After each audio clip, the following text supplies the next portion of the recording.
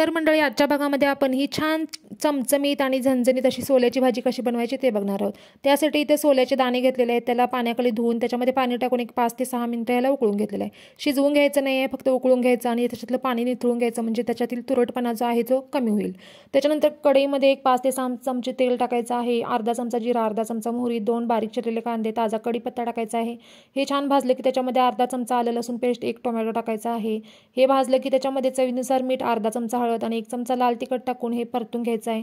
त्याच्यामध्ये 2 चमचे सुकं खोबरं बारीक करून टाकायचं आहे आणि उकळून घेतलेले सोले टाकून ह्याला परतून घ्यायचं आहे। त्याच्यामध्ये अर्धा चमचा जिरेपूड, 1 चमचा धनेपूड आणि 1 चमचा गरम मसाला टाकून ओली कोथिंबीर टाकायची आहे आणि ह्याला परतून घ्यायचं आहे आणि आवश्यकतेनुसार पाणी टाकून झाकण ठेवून 10 ते 15 मिनिटं मध्यम गॅसवरती ही भाजी शिजवून घ्यायची आहे। आणि अशा प्रकारे छान चमचमीत अशी आपली सोल्याची भाजी तयार आहे। तुम्ही कधी खाल्ले का ते कमेंटमध्ये कळवा आणि हो, तुमच्याकडे या भाजीला काय म्हणतात ते सुद्धा कळवा आणि व्हिडिओ आवडल्यास चॅनलला सबस्क्राईब करा।